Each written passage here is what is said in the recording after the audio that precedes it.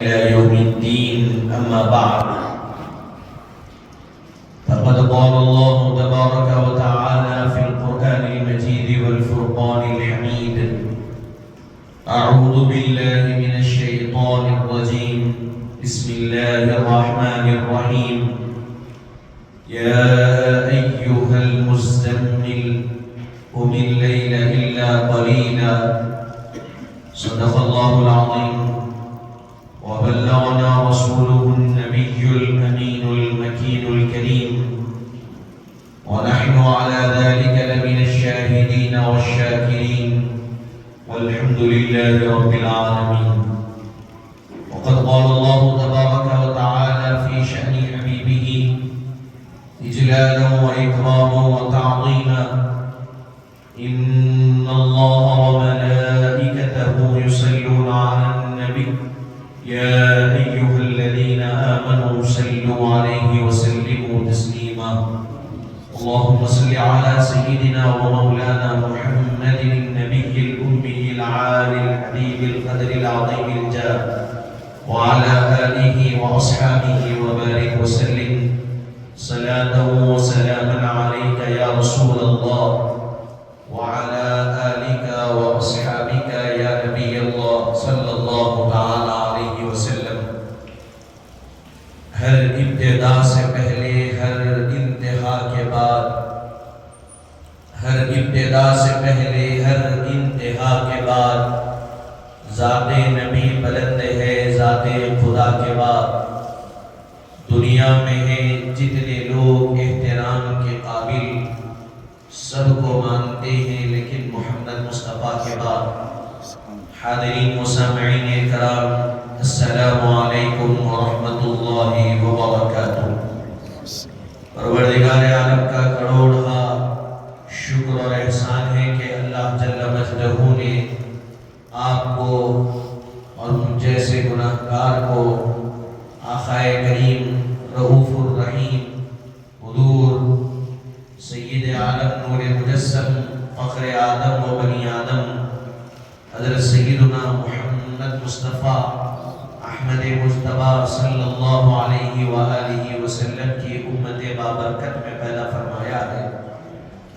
اور اللہ تعالیٰ کا احسان عظیم ہے کہ اس نے اس پرفتن پرآشوب دور میں سواد اہل سنت، سواد عالم اہل السنہ والجماعہ کے عقائد سے وابستہ فرمایا. آپ اور ہم بارگاہ یزدی میں جمع ہیں. رسم دعا ہے کہ مولا تعالی ہم کو اور ہماری آنے والی نسلوں کو تا صبح قیامت عقیدہ اہل سنت پر قائم و دائم فرمائے. حاضرین محترم، ماہ رجب المرجب آپ جانتے ہیں چل رہا ہے، اور گزشتہ آنے والے آئندہ جمعے کو ماہ رجب المرجب کی 26 تاریخ ہوگی، اور اس تاریخ کو آپ اور ہم بلکہ سارے عالم کے مسلمان جاگتے ہیں. اور جاگنے کی وجہ یہ ہے، آپ اور ہم جانتے ہیں کہ اس رات کو شب معراج ہوتی ہے. اور وہ کیا ہے، کیوں ہے، یہ ساری چیزیں ہم سنتے آئے ہیں. آپ کے سامنے میں یہ کوشش کروں گا کہ یہ جاگنے کی وجہ کیا ہے یہ آپ کے سامنے رکھوں. یعنی خاص طور پر شب معراج کو جاگنا نہیں، شب برات نہیں، شب قدر نہیں، عام راتوں میں جاگنا اور اللہ کی یاد میں اپنے وقت کو گزارنا، اللہ تعالیٰ کی یاد میں اپنی رات کو گزارنا، اس کے کیا فائدے ہیں اور اس کے لیے کیا کیا خوشخبریاں بتلائی گئی. اس کو شب بیداری کہا جاتا. رات میں جو جاگا جاتا، یہ کیوں جاگتے ہیں، یہ جاگنے کی وجہ کیا ہے؟ اللہ کی یاد میں جاگا جاتا. یہ جاگنے کی وجہ یہ ہے کہ رات میں اللہ کی عبادت کی جاتی. اب یوں تو اللہ تعالیٰ نے 2 وقت مقرر کیے، ایک دن کا وقت ہے اور ایک رات کا وقت ہے. دن کے وقت میں ہم اللہ کی عبادت ضرور کرتے ہیں اور ہم کو کرنا چاہیے بھی. ہم نمازیں پڑھتے ہیں 5 وقت کی، دن کا وقت ہے، رات کے وقت میں مغرب اور عشاء پڑھتے ہیں، لیکن وہ رات کا وہ وقت نہیں ہے جو وقت جاگنے کی بات کہی گئی۔ ہم دن میں عبادتیں کرتے ہیں، 2 چیزیں ذہن میں رکھیں، ایک دن ہے اور ایک رات ہے۔ اللہ تعالیٰ نے قرآن مجید میں ارشاد فرمایا کہ دن کام کرنے کے لیے ہے، معاش کے لیے ہے، اور رات سونے کے لیے ہے، یہ بھی فرمایا گیا۔ اب یہاں یہ چیز 2 ذہن میں رکھتے ہوئے آگے چلیں کہ دن ہے اللہ کی طرف اس کی یاد میں آنے کا بھی، اور دن ہے ذریعے معاش کا بھی۔ اب یہاں پر علماء ربانیین فرماتے ہیں کہ اللہ تعالیٰ کی 2 چیزیں اللہ تعالیٰ نے بندوں پر فرض اور واجب کی ہے، وہ کیا ہے؟ ایک ہے حقوق اللہ اور دوسرا ہے حقوق العباد۔ حقوق اللہ یعنی اللہ کے حقوق ادا کرنا، حقوق العباد یعنی بندوں کے حقوق جو اس پر ہے وہ ادا کرنا۔ حقوق اللہ کیا ہے؟ نماز رکھنا، نماز پڑھنا، روزہ رکھنا، حج کرنا، زکوٰۃ دینا، صدقہ و خیرات کرنا، یہ ساری چیزیں حقوق اللہ میں ہیں۔ قرآن کی تلاوت کرنا، یہ ساری چیزیں حقوق اللہ میں ہیں۔ حقوق العباد میں کیا ہے؟ فرمایا گیا کہ بندوں کے ساتھ، اللہ کی مخلوق کے ساتھ اچھے رویے سے پیش آنا، اخلاق اور کردار کے ساتھ پیش آنا، پڑوسیوں کے حقوق ادا کرنا، اور اس قسم کے تمام جو معاملات ہیں، رشتہ داروں کے حقوق ادا کرنا، غرباء کا خیال کرنا، مسکینوں کا خیال کرنا، یتیموں کا خیال کرنا، یہ حقوق العباد۔ 2 چیزیں ہو گئی، 2 چیزیں اور یہ ہو گئی کہ دن ہے اور رات، دونوں میں عبادت کرنا۔ لیکن علماء ربانیین فرماتے ہیں حضور پاک علیہ السلام کی احادیث مبارکہ کی روشنی میں کہ دن میں جو عبادت کی جاتی ہے، اس عبادت میں انسان کو خلل بھی پیدا ہوتا ہے، اس عبادت میں انسان کے خیالوں میں، انسان کے دل و دماغ میں دنیا کے معاملات رچے بسے ہوتے ہیں۔ وہ آتا ہے نماز کے لیے لیکن خیال تجارت کا ہوتا ہے، وہ قرآن پڑھنے بیٹھتا ہے لیکن دنیا کے معاملات اس کے سامنے آتے ہیں۔ وہ اللہ کی عبادت کے لیے بیٹھتا ہے، رشتہ داروں کے خیالات اس کو آتے ہیں، وہ تمام معاملات کے لیے وقت تو نکالنے کی کوشش کرتا ہے، لیکن دن کی وجہ سے دنیا کے معاملات اس کے سامنے آ کر ٹھہر جاتے ہیں۔ اللہ کی عبادت کے لیے آتا ہے، کاروبار ہے، اللہ کی عبادت کے لیے آیا، جاب سے آیا، یہ ساری چیزیں اس کے لیے اس کے تگ و دو میں، اس کی محنت میں، اس کی مشقت میں خلل پیدا کرتا ہے۔ تو یہ دن ہے لیکن عبادت کرنا ہے۔ لیکن فرمایا رات میں جب بندہ اٹھتا ہے، اللہ کی عبادت کرتا ہے، نہ اس کو کاروبار کا خیال ہوتا ہے، نہ اس کو تجارت کا خیال ہوتا ہے، نہ رشتہ داروں کا خیال ہوتا ہے، نہ کسی اور چیز کا خیال ہوتا ہے، خالص اللہ کے لیے اٹھتا ہے اور اللہ کے لیے عبادت کرتا ہے۔ ارشاد فرمایا گیا حدیث شریف میں ہے، آقا کریم رؤوف الرحیم علیہ السلام نے ارشاد فرمایا، جو بندہ رات میں اٹھ کر اللہ کی عبادت کرتا ہے اور اس پر قائم رہتا ہے استقامت کے ساتھ، تو اللہ تعالیٰ اس کو بغیر حساب کتاب کی جنت عطا فرما دیتا ہے۔ آسان کام نہیں ہے رات میں اٹھنا۔ دوسری چیز یہ کہ دن میں نماز کے لیے آ رہا ہے تو سینکڑوں لوگ اس کو دیکھ رہے ہیں کہ دیکھو فلاں نماز کے لیے جا رہا۔ دن میں کوئی اچھا کام کرا، سینکڑوں لوگ دیکھ رہے ہیں کہ بھائی فلاں شخص مسجد میں جاتا ہے، فرض ادا کر کے اتنے نوافل ادا کرتا۔ اس میں ایک بھی ایک پہلو ہے کہ دکھاوے کے معاملات۔ لیکن فرمایا علماء کرام فرماتے ہیں جب بندہ رات کی تنہائیوں میں اٹھتا ہے، نہ کوئی دیکھنے والا ہے، بس وہ ہوتا ہے اللہ تعالیٰ کی ذات مبارکہ ہوتی ہے، جب مصلی بچھا کر یاد الہی میں سر میں سجود ہوتا ہے، اللہ تعالیٰ دیکھتا ہے اور دل میں کوئی دکھاوے کے معاملات نہیں ہوتے، جو وہ مانگتا ہے اللہ تعالیٰ وہ اس کو عطا فرما دیتا ہے۔ حضور پاک علیہ السلام کی عادت مبارکہ، صحابہ کرام حضرت ام المومنین عائشہ صدیقہ رضی اللہ عنہا کے پاس آئے اور پوچھا کہ ہمیں بتائیے کہ حضور کی عادت مبارکہ کیا؟ آپ نے ارشاد فرمایا حضور کی عادت مبارکہ یہ تھی کہ رات میں آپ کثرت کے ساتھ نمازیں ادا کرتے، رات کے وقت میں کثرت کے ساتھ آپ نمازیں پڑھتے۔ علیہ السلام کی عادت وہ کیوں کر آپ ادا کرتے ہیں؟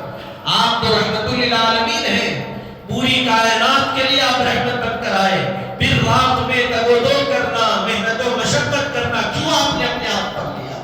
اس لیے کہ قیامت تک آنے والوں کو پیغام دیا کہ دن کی نمازوں کا ثواب اور ہے، وہ تو ہے ہم دنیا میں آئے اللہ کو راضی کرنے کے لیے، تو رات کے وقت اٹھ کر عبادت کرو، اللہ تعالیٰ اور خوش ہوتا ہے اور اللہ تعالیٰ اپنی رضا کے دروازوں کو کھول دیتا ہے، اپنی رحمت کے دروازوں کو اس پر کھول دیتا ہے۔ حاضرین محترم، یہ شب بیداری کے معاملہ، رات میں جاگنا، اس کی بڑی اہمیت دین اسلام میں بتلائی گئی۔ حضور پاک علیہ السلام نے حدیث شریف میں ہے ارشاد فرمایا کہ جو بندہ رات میں جاگتا ہے، اللہ کی عبادت کرتا ہے، تو فرمایا گیا کہ وہ شیطان کے معاملات سے محفوظ رہ جاتا ہے۔ اور حضور نے ارشاد فرمایا حدیث شریف میں ہے کہ جو بندہ رات میں نہیں اٹھتا، جاگتا نہیں، جاگنے سے مطلب یہ کہ پوری رات جاگنا نہیں ہے، سو جانا اور رات کے آخر حصے میں اٹھ کر اللہ کی عبادت کرنا مراد۔ ہمارے نوجوان سمجھیں گے رات میں جاگنا، تو ہم تو جاگ رہے ہیں، آپ کا جاگنا اور ہے، جو یہ بتلایا جا رہا ہے یہ جاگنا اور۔ آپ کا ہمارا جاگنا فونوں میں ہے، آپ کا ہمارا جاگنا اسکرولنگ میں ہے، انسٹاگرام اور فیس بک کے استعمال میں ہے، آپ کا ہمارا جاگنا گیم کھیلتے ہوئے ہے، لیکن جو بتلایا جا رہا ہے وہ جاگنا سر بسجود ہو کر جاگنا، وہ جاگنا خیام میں جاگنا، وہ جاگنا حالت رکوع میں جاگنا۔ ہم جاگتے ہیں تو ہم تلاش کرتے ہیں کہ حیدرآباد میں کون سی ہوٹل کھلی ہے، کہاں پر کون سا اچھا غذا ملتی ہے، لیکن یہاں یہ بتلایا جا رہا ہے جاگو تو یہ تلاش کرو کہ رات کے وقت میں کون سا وقت سب سے اچھا ہے جس میں اللہ کی رضا مل جایا کرتی ہے، اور وہ وقت کون سا ہے؟ حضور نے ارشاد فرمایا اگر مجھے میری امت پر بار گزرنے کا خوف نہ ہوتا تو میں رات کی نماز یعنی تہجد کی نماز بھی میری امت پر فرض کر دیتا، بار گزرتی ہے اسی لیے میں نے فرض نہیں کی۔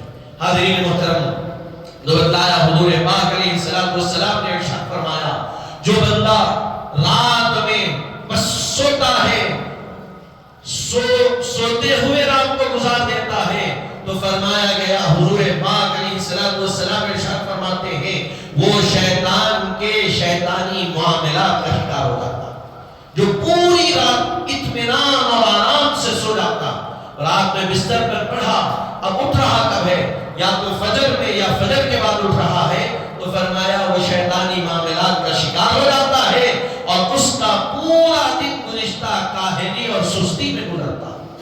اور ارشاد فرمایا جو رات میں اٹھتا ہے، کب اٹھتا؟ فجر سے پہلے رات کے آخری حصے میں اٹھ کر 2 رکعت نماز پڑھتا ہے، تو نہ اس پر شیطان کے شیطانی معاملات کا اثر ہوتا ہے، نہ اس کا دن سستی میں گزرتا ہے، اس کی رات بھی اچھی ہوتی ہے اور اس کا دن بھی متحرک اور فعال گزرتا ہے۔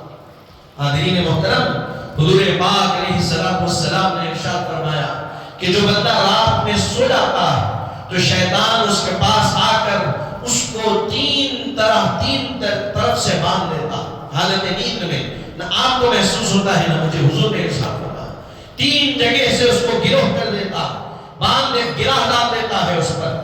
فرماتے ہیں کہ وہ گرہ کیسے ٹوٹتی ہے؟ پہلی گرہ ٹوٹتی ہے جب بندہ تہجد کے وقت رات کے آخری حصے میں اٹھتا، پھر دوسری گرہ ٹوٹتی ہے جب نماز پڑھنے کے لیے وضو کرتا ہے، اور تیسری گرہ اس وقت ٹوٹتی ہے جب تہجد کے لیے وہ مصلی پر کھڑا جاتا۔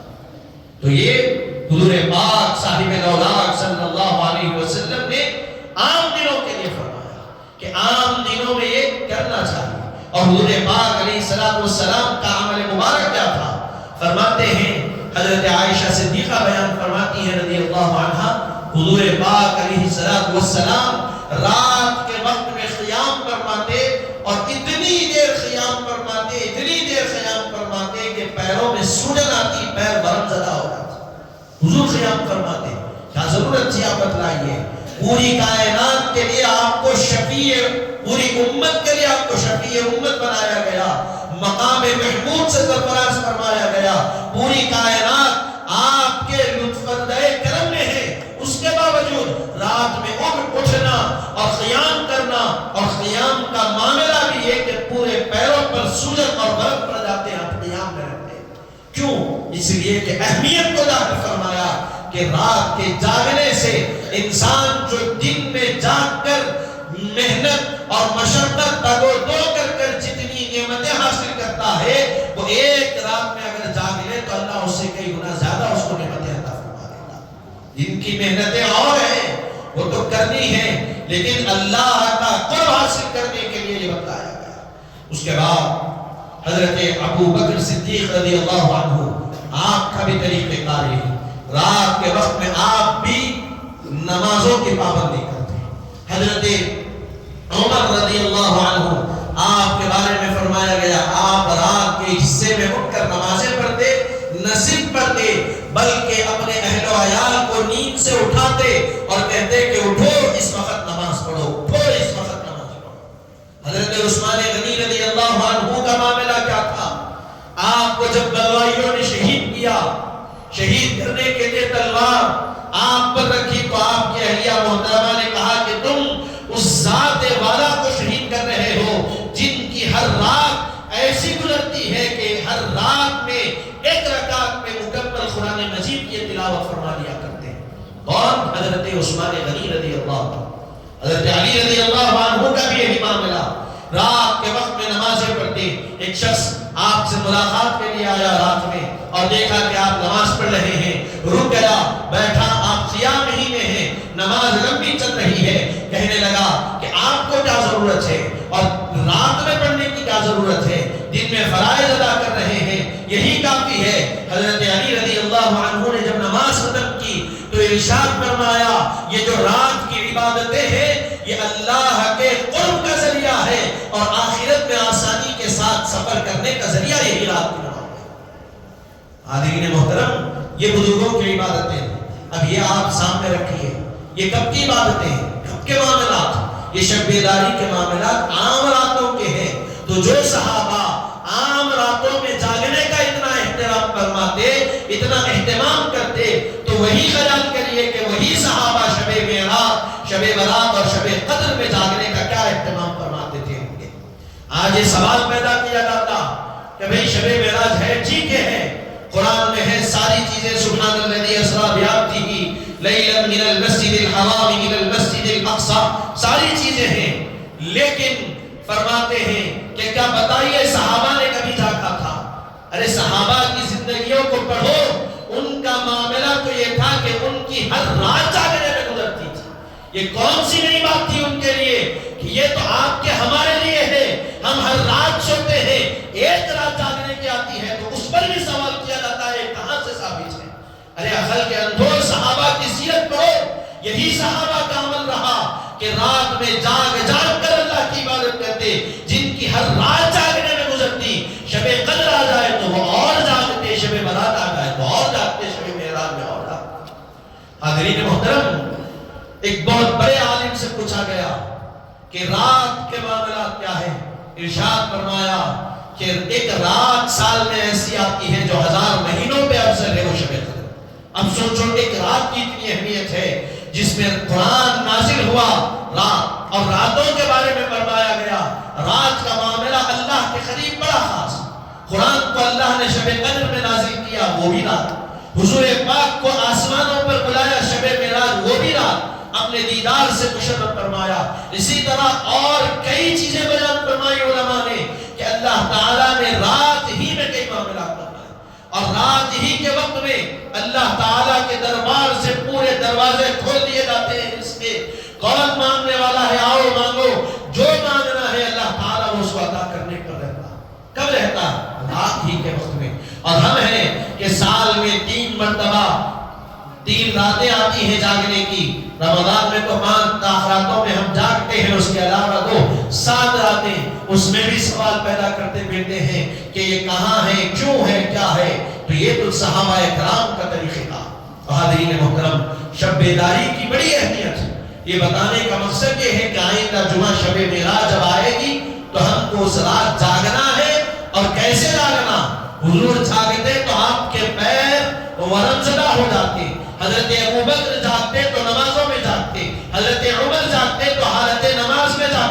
حضرت عثمان جاگتے تو ایک رکعت میں پوری قرآن کی تلاوت کر کے جاگتے، حضرت علی جاگتے تو پوری رات اللہ کی عبادت کو گزارتے ہوئے جاگتے۔ اور ہم کیسے جاگتے ہیں؟ ہم بازاروں کی زینت بنتے ہوئے جاگتے ہیں۔ ہم کیسے جاگتے ہیں؟ گاڑیوں کے سائلنسر کو نکال کر لوگوں کو تکلیف دیتے ہوئے جاگتے ہیں۔ ہم سوچئے ہمارے جاگنے میں صحابہ کے جاگنے میں کیا فرق ہے؟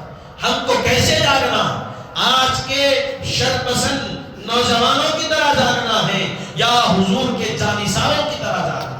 آپ کے سامنے آپ کس کی طرح جاگیں گے؟ شرپسند نوجوانوں کی طرح جاگنے سے بہتر سو جانا ہے، اور صحابہ کی طرح جاگ رہے ہو تو سونے سے بہتر جاگنا اور اللہ کی عبادت کرنا۔ حاضرین محترم، یہ بات ہے۔ آخری بات عرض کرتے ہیں، یہی اپنے اس موضوع سے ہٹتے ہوئے آخری بات عرض کر رہا ہوں، شب معراج متعلق۔ ہم 15ویں پارے کی پہلی آیت پڑھتے ہیں، سبحان الذی اسری بعبدہ لیلا من المسجد الحرام الی المسجد الاقصی۔ پاک ہے وہ ذات جس نے سیر کرایا بعبدہ اپنے بندے کو، لیلم رات کے ایک حصے میں، من المسجد الحرام الی المسجد الاقصی، مسجد حرام سے مسجد اقصی۔ ٹھیک ہے، معراج کا سفر کہاں سے کہاں تک ہوا؟ مسجد حرام سے شروع ہوا، لا مکان پر ختم ہوا، لا مکان پر ختم ہوا۔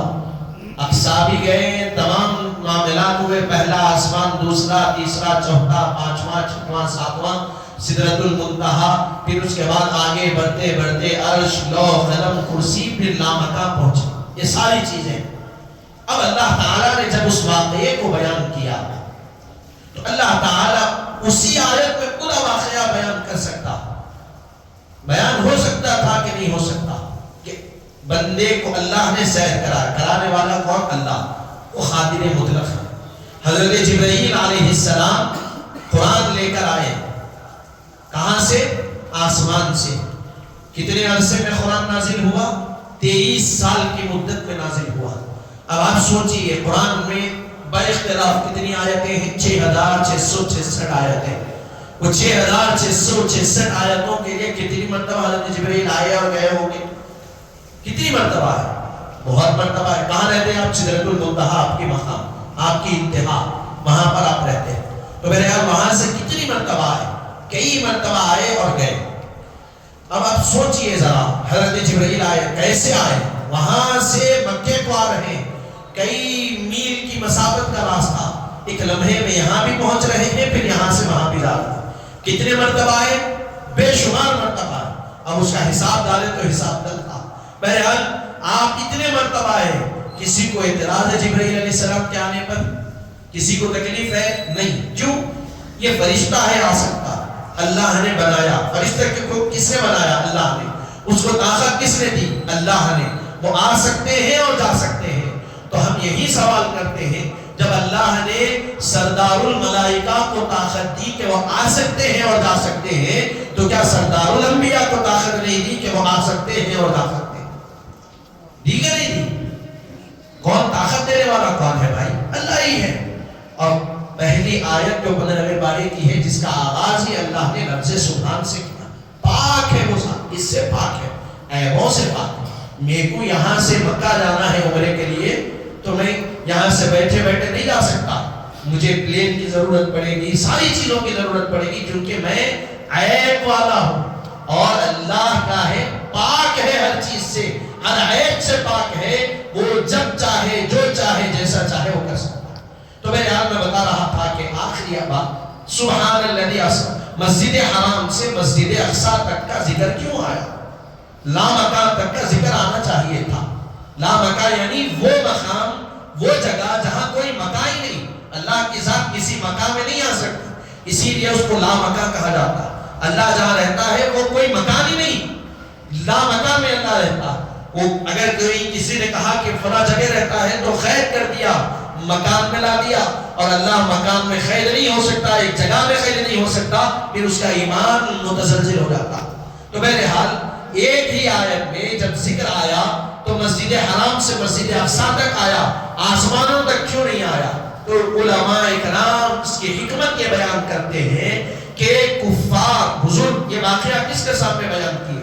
ابو جہل ابو لہب کے سامنے بیان کیے، کفاران مکہ کے سامنے بیان کیے. تو کفاران مکہ کو لامکہ کے بارے میں معلوم تھا؟ معلوم تھا؟ عرش کے بارے میں معلوم تھا؟ نہیں معلوم تھا. ان کو کیا معلوم تھا؟ مسجد اقصی معلوم تھی، کیونکہ وہ کئی مرتبہ گئے آئے. جب حضور نے کہا کہ میں رات کے ایک حصے میں مسجد حرام سے مسجد اقصی گیا تو سوالوں کی بوچھار کر دی. اس میں کھڑکیاں کتنے ہیں، اس میں دروازے کتنے ہیں، اس میں کمانیں کتنی ہیں، کیسی ہے، یہ سوالیں کی. تو اللہ تعالیٰ نے حکمت استعمال کرتے ہوئے اتنا واقعہ اس میں بیان کیا جس کو کفاروں کے سامنے بیان کیا جائے اور کفار اس پر سوال کرنے کے لیے ٹھہر گئے. کیسے ہو سکتا؟ ہاں ہم کو معلوم مسجد حرام سے مسجد اقصی کی مسافت کتنی ہے، کئی دن کا وقت لگے گا یہاں سے وہاں تک جانے میں. فوری ابو لہب کا کہ حضرت ابو بکر کے پاس گیا اور کہا کہ اے ابو بکر، اگر کوئی یہ کہے کہ رات کے ایک حصے میں وہ زمین سے لامکان تک گئے تو کوئی یقین کر سکتا ہے؟ فرمایا کہ نہیں کر سکتے. ارشاد فرمایا آپ کے نبی کہہ رہے ہیں کہ وہ زمین سے لامکان تک گئے. حضرت ابو بکر نے ارشاد فرمایا ہاں اگر ہمارے نبی کہہ رہے ہیں تو یہ ممکن. حاضرین محترم، اسی لیے اللہ نے اتنا بیان کیا جتنا کفار جانتے تھے. اگر کوئی وہ کفار اسی پر انکار کیے، حضور نے ارشاد فرمایا سفر کا اختتام وہیں پر نہیں ہوا، وہاں سے اور بلندیوں پر پہنچا. اب وہ کتنی بلندیوں پر پہنچے وہ خدا جانے، خدا کا حبیب جانے، لے جانے والا خدا جانتا ہے کہ کیسا لے گیا اور کہاں تک لے گیا. جانے والے مصطفیٰ جانتے ہیں کہ کس شان کے ساتھ گئے، کہاں تک گئے. دنیا کے سامنے اللہ نے حبیب پاک کی عظمت کو اجاگر کر کے بتایا کہ اے دنیا کے لوگوں، حبیب پاک تمہارے درمیان رہتے ہیں. ہم نے حبیب پاک کو آمنہ کا بیٹا بنایا اس لیے کہ تم ان کے کمالات کو دیکھ کر خدا نہ کہو. ہم نے عبداللہ کا بیٹا بنایا اس لیے کہ ان کی عظمتوں کو دیکھ کر خدا نہ کہو. حضرت فاطمہ کے حضرت خدیجہ کا شوہر بنایا اس لیے کہ تم خدا نہ کہو. حضرت فاطمہ کا والد بنایا اس لیے کہ تم خدا نہ کہو. حضرت علی کو داماد بنایا اس لیے کہ خدا نہ کہو. حضرت حسنین کریمین کو نواسے بنایا اس لیے کہ خدا نہ کہو. اور عرش پر بلا کر مقام ظاہر کیا اس لیے کہ تم اپنی طرح مصطفیٰ کو نہ کہو. حاضرین محترم، یہی اپنی بات کو تمام کرتے ہوئے دعا کرتا ہوں مولا تعالیٰ جو کچھ کہا گیا سنا گیا کہنے سننے سے زائد اللہ عمل کی توفیق عطا فرما بحرمت سید الانبیاء والمرسلین والحمد للہ رب العالمین وما علینا الا البلاغ.